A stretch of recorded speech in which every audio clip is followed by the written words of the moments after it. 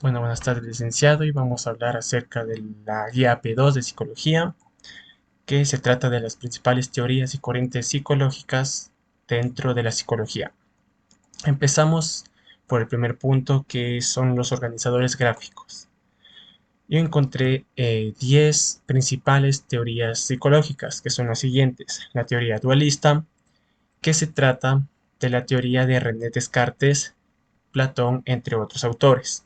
Este establece que la mente y el cuerpo son entidades de distinta naturaleza y que la una controla a la otra, además de que éstas interactúan entre sí. Luego tenemos la teoría de la Gestalt. Esta trata acerca del modo en el que nosotros percibimos el mundo exterior a través de todos nuestros sentidos, como el tacto, la vista, el olfato, etc. Este se originó en Alemania, desarrollado por psicólogos como Max Wertheimer, Kurt Kafka y Wolfgang Köhler. Luego encontramos la teoría conductista, que defiende la idea de que los aprendizajes que realizamos dependen del modo en el que ciertas conductas son más o menos reforzadas, como castigos, etc. Y también por estímulos tanto agradables como desagradables justo después de haber realizado este comportamiento. Encontramos aquí la teoría del aprendizaje, que parte del enfoque constructivista hecho por Jean Piaget. Este autor creía que el modo en el que veíamos y vamos aprendiendo consiste en una construcción de nuestras propias experiencias y de factores biológicos. Por ello estableció etapas del desarrollo cognitivo. Luego tenemos la teoría sociocultural, que fue desarrollada por Lev Vygotsky. Para él, la sociedad es un medio y a la vez una herramienta de aprendizaje, gracias a la cual podemos ir desarrollándonos intelectualmente. Luego encontré la teoría del aprendizaje social, que estas tres van casi ligadas a la teoría del aprendizaje. Tanto la teoría sociocultural como la del aprendizaje social son parte de la teoría del aprendizaje que ya vimos anteriormente. Bueno, pues la teoría del aprendizaje social fue realizada principalmente por Albert Bandura, que mostró que el medio de aprendizaje proviene del medio en cual nosotros estamos o también nosotros vemos y observamos dentro de este medio lo que hacen las demás personas y los resultados que ellos obtienen al realizar ciertas estrategias o acciones. Es decir, que aprendemos mediante la observación de la otra persona que tenemos en nuestro entorno. Luego encontré la disonancia cognitiva, que es una teoría que tiene como referente a Leon Festinger, el cual nos explica que los individuos tienen una necesidad de sus creencias y conductas para que éstas sean coherentes entre sí. Pero si éstas no son coherentes y producen una falta de armonía, pues puede generar un malestar generalizado en esa persona.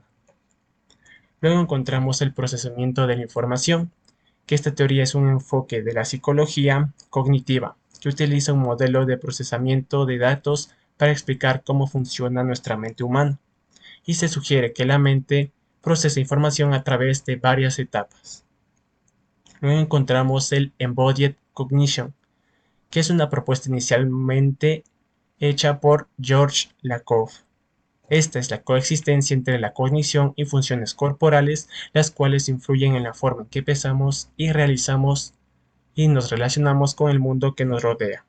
Y finalmente, la elección racional, que esta teoría nos dice que cada individuo toma decisiones atendiendo a sus propios intereses y elige las opciones que cree más ventajosas para uno mismo desde un criterio racional.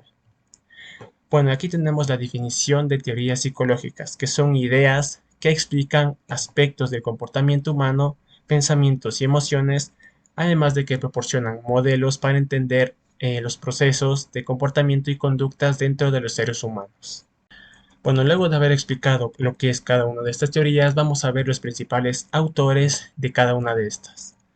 Aquí en este pequeño mapa observamos los autores principales de las teorías psicológicas. Primero empezamos por la teoría dualista, en la cual los que más destacaron fueron Descartes y Platón. Luego en la teoría de la Gestalt encontramos a Max Wertheimer, Wolfgang Köhler y también Karl Kofka. En la teoría conductista tenemos tres autores principales, los cuales son Pavlov, Watson y también Skinner. En la teoría del aprendizaje tenemos a Jean Piaget con su desarrollo cognitivo, las etapas que él realizó dentro de este ámbito. Luego, en la teoría sociocultural, encontramos a Lev Vygotsky, en la teoría del aprendizaje social, a Albert Bandura, en la disonancia cognitiva, a Leon Festinger, en el procesamiento de la información, a Claude Shannon, en el Embodied Cognition, a George Lakoff, y por último, en la elección racional tenemos a Derek Cornish y Ronald Clark. Ahora vamos a observar un pequeño cuadro comparativo que contrastan las diferentes teorías y corrientes psicológicas. Empezamos por comparar la teoría dualista, la Gestalt y también la conductista.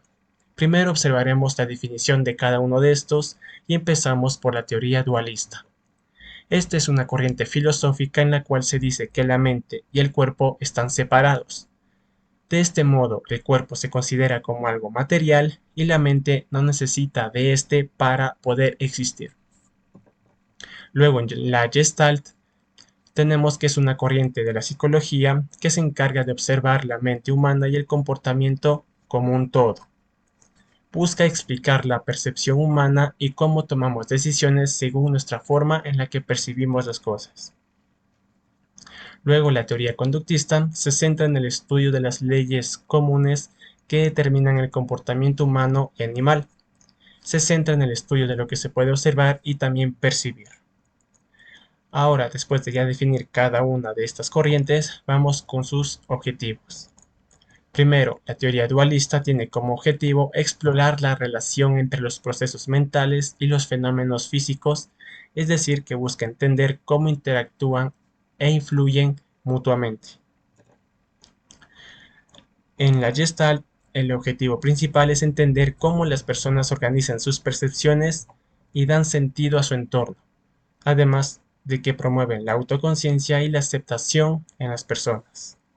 Y finalmente, el objetivo de la teoría conductista es el estudio del comportamiento observable y medible, y también comprender y modificar el comportamiento de las personas a través de condicionamientos o refuerzos. Los principales autores de cada una de estas teorías son los siguientes. En la dualista tenemos a René Descartes, que establece la distinción entre la mente y el cuerpo, y también Platón, que separó el mundo de las ideas, que se considera el alma, del mundo sensible, que se considera el cuerpo. Luego, en la Gestalt, encontramos a Max Wertheimer, que estudió la percepción y organización de la experiencia. También a Wolfgang Köhler, que realizó investigaciones sobre la percepción y el aprendizaje. Y por último a Kurt Kofka, que realizó contribuciones en el área de la percepción y desarrollo. Y finalmente, dentro de la teoría conductista, tenemos a John B. Watson, que promovió la idea de que el comportamiento es observable, y también a Ivan Pavlov, que demostró que las respuestas pueden ser condicionadas. Y finalmente a Skinner, que introdujo conceptos como los castigos y los refuerzos. Y finalmente vamos a encontrar algunos ejemplos de cada uno de estas corrientes. Primero, en el dualismo, un ejemplo es dentro de la religión, ya que aquí se sostiene que el alma es algo divino e inmortal y distinta del cuerpo físico, reflejando una perspectiva dualista, ya que se considera que si se es malo en este mundo, pues se podría ir al infierno después. Y si somos buenos, podríamos llegar al paraíso mediante nuestra alma. Ahora un ejemplo de la teoría de la Gestalt. Bueno, un ejemplo es cuando observamos objetos del mismo color, tamaño o forma y los percibimos como parte de un mismo grupo. Como por ejemplo cuando tenemos círculos azules y rojos, los agrupamos a todos dependiendo del color que tengan. Y finalmente la teoría conductista, la cual un ejemplo claro es el experimento de Pavlov, en el cual vemos cómo los perros aprendieron a asociar un sonido de campanilla como la llegada de comida, generando una respuesta natural en ellos. Luego que ya vimos las tres primeras, vamos a seguir con las siguientes. Ahora tenemos la teoría del aprendizaje, la cual es una teoría que busca que el individuo construya su propio aprendizaje en base a sus experiencias e historias pasadas. Además, explica cómo influye el entorno dentro de nuestro comportamiento. Por otro lado, la teoría sociocultural nos explica que el aprendizaje y la adquisición de conocimientos resulta de la interacción que tenemos con las demás personas. Además, indica que los factores culturales y sociales influyen en el desarrollo cognitivo de cada uno de nosotros. Y finalmente, la teoría del aprendizaje social se basa en la idea de que los individuos aprenden e imitan acciones por la influencia de los demás o del entorno que los rodea, aprendiendo mediante la observación de las acciones o las decisiones que toman las demás personas. El objetivo de cada uno de estos es, primero, por la teoría del aprendizaje, buscar comprender qué es lo que influye al momento de acumular, retener y desarrollar el conocimiento a lo largo del tiempo. De la teoría sociocultural, su objetivo principal es enfocarse en la interacción social y cultural como principales determinantes del desarrollo cognitivo, además de apreciar lo complejas que son las sociedades dentro de todo el mundo. Y por último, el objetivo de la teoría del aprendizaje social es explicar cómo las personas aprenden a través de la observación e imitación de otros a su alrededor. Ahora tenemos los principales autores. Primero empezamos con Jean Piaget, que propuso la teoría del desarrollo cognitivo, describiendo cómo los niños construyen su conocimiento y aprendizaje a través de etapas de desarrollo. Luego, Lev Vygotsky, dentro de la teoría sociocultural, se enfocó en cómo el papel del contexto social y cultural influye dentro del aprendizaje y el desarrollo cognitivo de las personas. Y finalmente, en el aprendizaje social, Albert Bandura fundó la teoría del aprendizaje social y destacó la importancia de la observación e imitación hacia otras personas con el fin de adquirir aprendizaje. Un ejemplo de teoría del aprendizaje es cuando una niña observa cómo su madre realiza figuras con masa o plastilina, así que ella la imita, logrando un desarrollo propio en base a la observación que ella realizó previamente. Luego, en la teoría sociocultural, un ejemplo es cuando una niña también aprende a contar gracias a la instrucción tanto de su maestra como al apoyo de sus compañeros, mostrando que el aprendizaje se enriquece en un contexto social y cultural.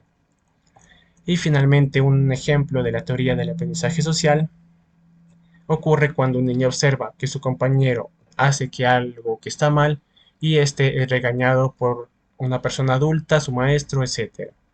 Entonces, el niño que observó esto no replica esa acción, ya que si lo hace sabe que puede recibir un castigo. Ahora seguimos con la disonancia cognitiva, procesamiento de la información y la teoría del embodied cognition. Primero, la disonancia cognitiva se refiere al conflicto mental que ocurre cuando los comportamientos y creencias de una persona no concuerdan entre sí. El procesamiento de la información es un enfoque que utiliza un modelo de procesamiento de datos para explicar el funcionamiento de la mente humana. Esta se centra en el rendimiento, ve los cambios cuantitativos y se interesa por la forma en que se desarrolla un proceso dentro del cerebro. Luego tenemos al Embodied Cognition, que se basa en la idea de que el cuerpo no es solo un vehículo que sirve para el movimiento, sino que este juega un papel activo dentro del desarrollo cognitivo, por lo que la mente y el cuerpo están estrechamente relacionados entre sí. Luego sus objetivos, tenemos que por disonancia cognitiva, el objetivo es entender cómo las personas manejan la tensión o conflicto que surge cuando tienen creencias, actitudes o comportamientos que son contradictorios entre sí.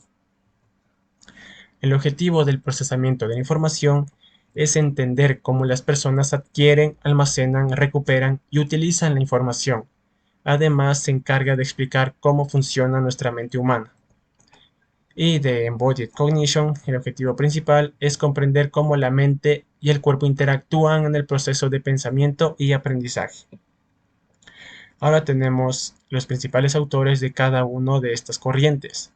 De la disonancia cognitiva, Leon Festinger fue el fundador de esta teoría. Sus investigaciones iniciales sentaron las bases para entender la disonancia cognitiva, y sus efectos en el comportamiento del ser humano.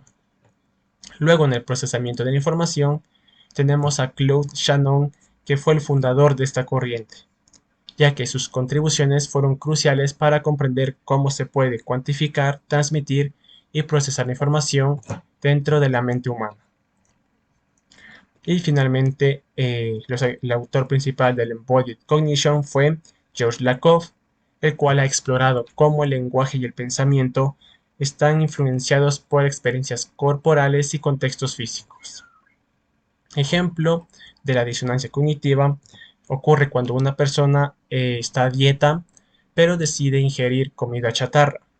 Aquí se produce una pequeña disonancia, ya que sabe que comer este tipo de comida puede romper esa dieta que está llevando, pero se convence a sí misma de que comerla de vez en cuando no está mal y puede seguir haciéndolo siempre y cuando no sea muy seguido.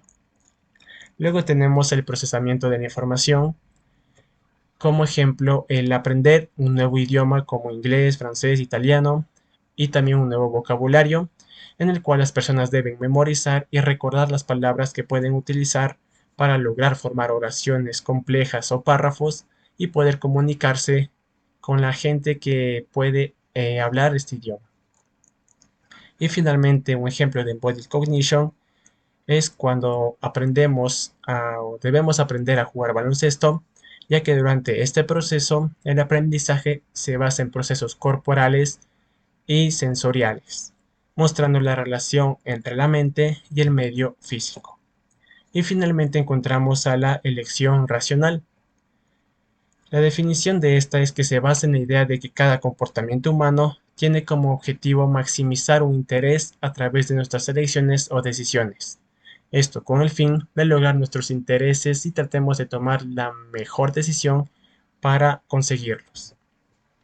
Su objetivo principal es entender y modelar cómo las personas toman decisiones basadas en la evaluación de opciones y la maximización de beneficios, además de analizar los procesos psicológicos desde una perspectiva más racional.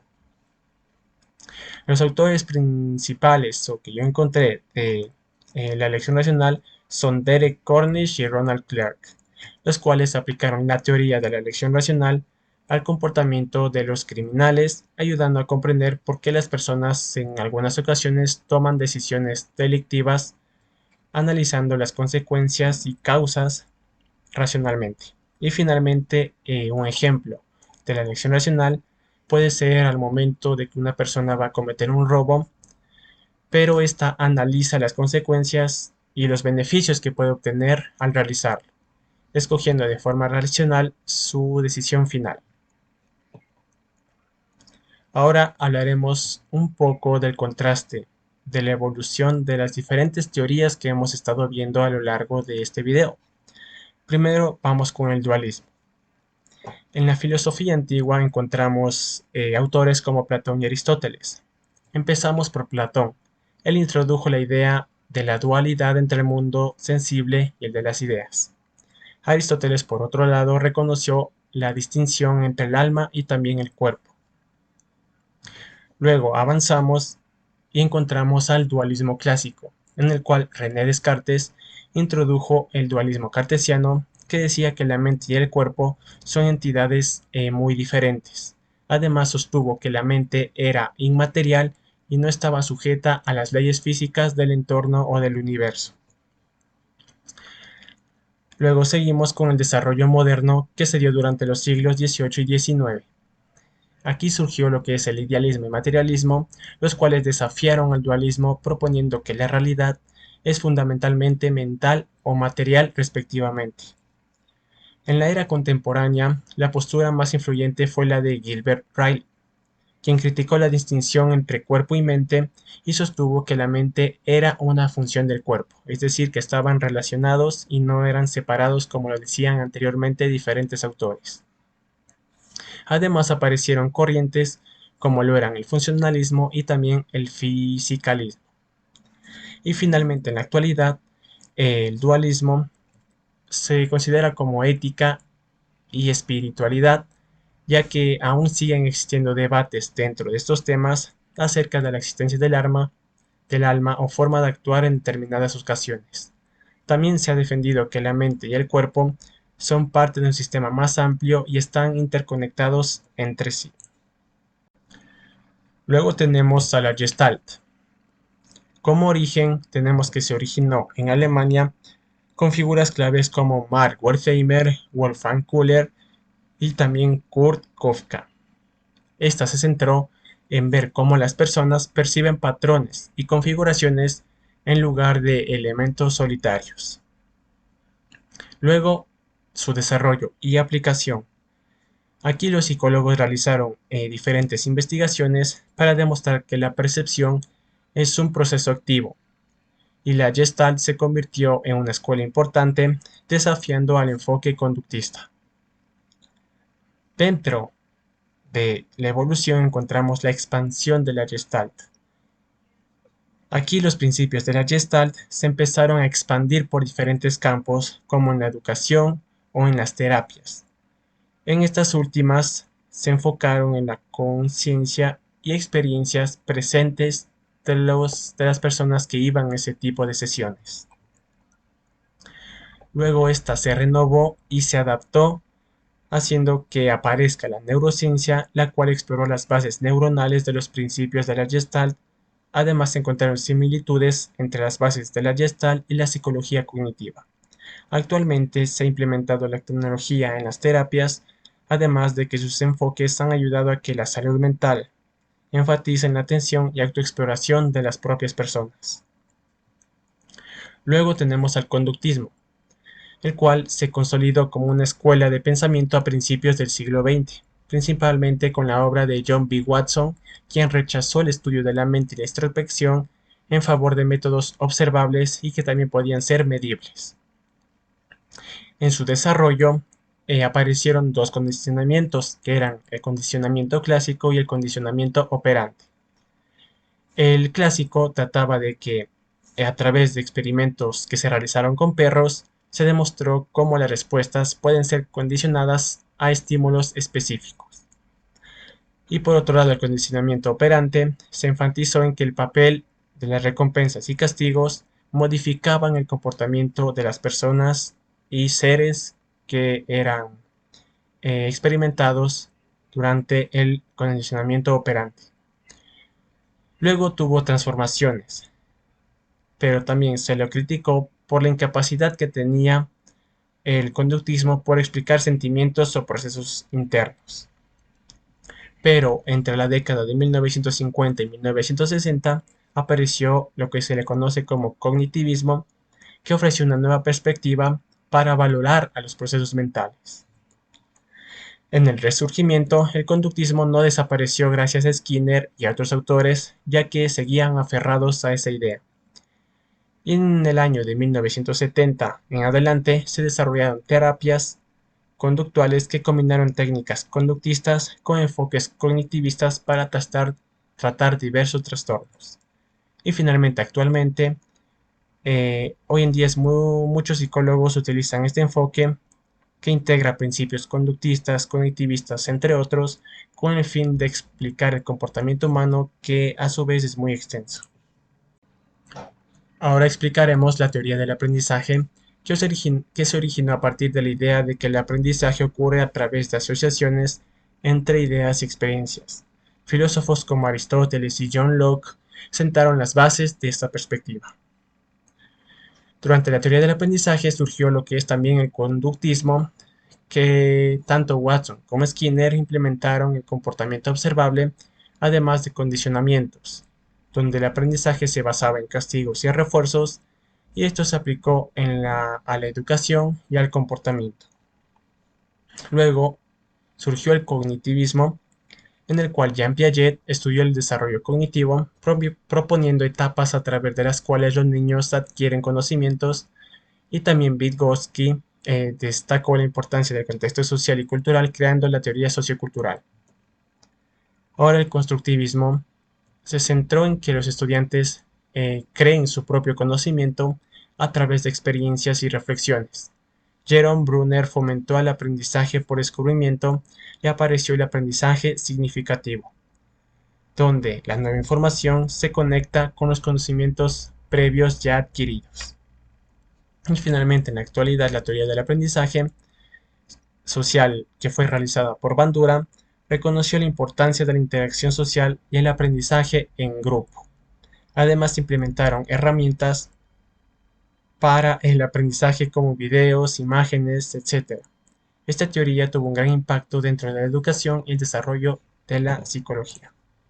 Ahora continuamos con la teoría sociocultural, que su origen fue por Lev Vygotsky, el cual se centró en la relación entre el individuo y su entorno social y cultural. Propuso que el aprendizaje es un proceso social y que el desarrollo cognitivo se produce a través de la interacción con otras personas. En su desarrollo, Vygotsky argumentó que el pensamiento humano se muestra a través de herramientas culturales como el lenguaje. Además, el aprendizaje ocurre en contextos específicos y el conocimiento es inseparable del contexto cultural en el que se produce. Luego, en el reconocimiento, entre la década de 1970 y 1980, esta teoría ganó mucho reconocimiento y empezó a ser influyente dentro de la psicología y la educación, aunque también hubo críticas, ya que este modelo no habla claro sobre cómo se lleva a cabo el aprendizaje y el desarrollo. En la integración, la teoría sociocultural se integró en enfoques de aprendizaje colaborativo, donde los estudiantes trabajan en conjunto para construir su conocimiento, respaldando así los estudios que realizó Vygotsky años atrás. Y finalmente, en la actualidad, la teoría sociocultural se ha adaptado para incluir enfoques que consideran la diversidad cultural y cómo las diferencias en el contexto afectan al aprendizaje y el desarrollo de las personas. Luego encontramos al aprendizaje social, que tuvo como origen con Albert Bandura, el cual se dio cuenta de que el aprendizaje no se trataba solo de estímulos y respuestas, sino que había procesos cognitivos dentro de este. En el desarrollo, Bandura propone que las personas pueden aprender al observar a los demás, integrando conceptos como atención, retención, reproducción y la motivación. Además, introdujo la idea de que la creencia en la capacidad propia que afecta el aprendizaje y el comportamiento es muy importante para lograr el aprendizaje social. Luego tuvo una gran ampliación, ya que Bandura empezó a desarrollar la teoría social cognitiva, que se basaba en la interacción entre el comportamiento, el ambiente y los procesos cognitivos, así ampliando la comprensión del aprendizaje. En su aplicación entre 1990 y los años 2000, se empezó a aplicar esta teoría dentro de ámbitos educativos y terapias psicológicas, además de investigar el impacto de la tecnología en el aprendizaje de las demás personas. Y finalmente, en la actualidad, la teoría se aplica en metodologías como el aprendizaje basado en proyectos y el aprendizaje colaborativo entre estudiantes, destacando la importancia que tiene la interacción social para lograr el aprendizaje de una persona. Ahora vamos con la disonancia cognitiva, la cual tuvo su origen con Leon Festinger. Él introduce la teoría de la disonancia cognitiva en su libro. Aquí explica que existe una tensión interna cuando una persona sostiene creencias, actitudes o comportamientos que son contradictorios entre sí. En su desarrollo se investiga cómo las personas realizan esfuerzos con el fin de alcanzar sus propios intereses, que en ocasiones no eran satisfactorios, y además se observa cómo la disonancia puede llevar al cambio de actitudes y creencias. En su ampliación, se integró la noción de la autoevaluación, donde la disonancia afecta la autoestima y cómo las personas intentan mantener una imagen positiva de sí mismas. También se exploran las aplicaciones de la disonancia en publicidad y persuasión. Luego, en su comprensión, los estudios utilizaron técnicas de neuroimagen con el fin de dar una percepción más profunda de ciertos mecanismos de la disonancia. Además, se investiga cómo esta teoría se manifiesta en diferentes aspectos culturales. Y finalmente, en la actualidad, esta es aplicada dentro de la salud pública para entender cómo las personas cambian actitudes hacia comportamientos saludables, y también se aplica para la motivación con el fin de cambiar hábitos que están mal. Ahora vamos con el procesamiento de la información, la cual surgió como una metáfora para entender cómo la mente humana procesa información inspirada en el funcionamiento de las computadoras. Los primeros modelos hechos por Shannon y Atkinson presentan que la memoria se distingue entre sensorial, a corto plazo, y a largo plazo. En el desarrollo, se realizaron modelos y estudios más complejos, que incluyen procesos como atención, codificación, almacenamiento y la recuperación de información. Dentro de su expansión, se exploró cómo el aprendizaje y el procesamiento de la información no ocurren solo en la mente individual de una persona, sino también en contextos sociales y culturales. En la era contemporánea, se integran hallazgos de la neurociencia para comprender mejor cómo se procesa la información en el cerebro, utilizando técnicas de neuroimagen, y se amplió la comprensión de cómo nosotros aprendemos. Y actualmente el análisis del aprendizaje se utiliza para entender patrones de comportamiento y optimizar el proceso educativo. También hoy en día se busca explicar los cambios sucedidos en la forma de aprender dentro de la era digital. Vamos ahora con el Embodied Cognition, el cual surge como una respuesta a las teorías cognitivas tradicionales. Investigadores como George Lakoff y Mark Johnson introducen la idea de que nuestro pensamiento está profundamente influenciado por nuestras experiencias corporales. En su desarrollo, la teoría comienza a ganar fuerza al enfatizar que el cuerpo juega un papel fundamental en la cognición, argumentando que nuestras interacciones con el entorno y las experiencias físicas influyen en el pensamiento. Dentro de sus investigaciones, se realizaron estudios que demostraron que las representaciones mentales están vinculadas a experiencias sensoriales y motoras. Investigaciones sobre la gestualidad, el movimiento y la percepción respaldaron la idea de que el cuerpo es esencial para la cognición. Dentro de su expansión se investiga cómo la cognición encarnada, que es Embodied Cognition, no solo es individual, sino que también se extiende a grupos y comunidades, destacando el papel del cuerpo en la interacción social y la construcción del comportamiento compartido. Y actualmente se combina la cognición encarnada con otras disciplinas como la psicología, robótica y la inteligencia artificial para explorar cómo el cuerpo y la mente interactúan en sistemas más complejos. Y finalmente la elección racional, la cual tuvo su origen en la década de 1950 como un modelo para entender las decisiones económicas y políticas, además de que se basó en la premisa de que los individuos actúan de manera racional para maximizar su propia utilidad. En su consolidación, Herbert Simon argumenta que las decisiones humanas a menudo están limitadas por la información y las capacidades cognitivas, lo que lleva a los individuos a tomar decisiones que no son satisfactorias en lugar de óptimas. En su desarrollo, investigadores comenzaron a explorar modelos complejos y redes sociales, analizando cómo las interacciones sociales influyen en la toma de decisiones de las personas.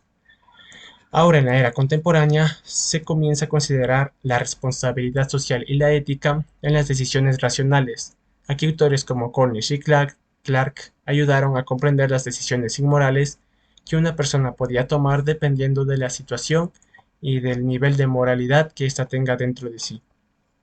Y actualmente,